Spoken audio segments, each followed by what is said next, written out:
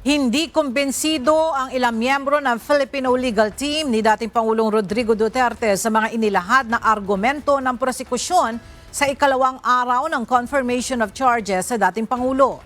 Kinuwestiyon ni dating Labor Secretary Silvestre Bello III ang alegasyon ng crimes against humanity kung nakasentro lamang sa Davao ang mga inilatag na detalye. Hindi rin anya malinaw na naipakita ng kabilang panig ang kabuang bilang ng mga nasawi at ang direktang kaugnayan nito sa umunoy sistematikong paglabag. Talking for the entire afternoon is all about Davao.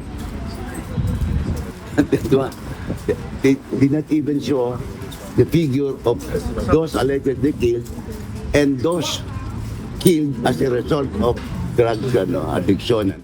Hindi convincing. Crime against society, humanity. All Davao.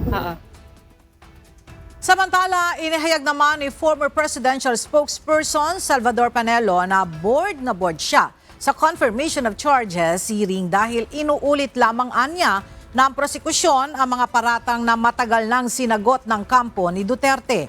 Git ni Panelo, nakabatay lamang sa hearsay at hindi pa napapatunayang alegasyon ang mga ebidensyang inilahad kaugnay ng Oplan Double Barrel at Oplan Tokhang.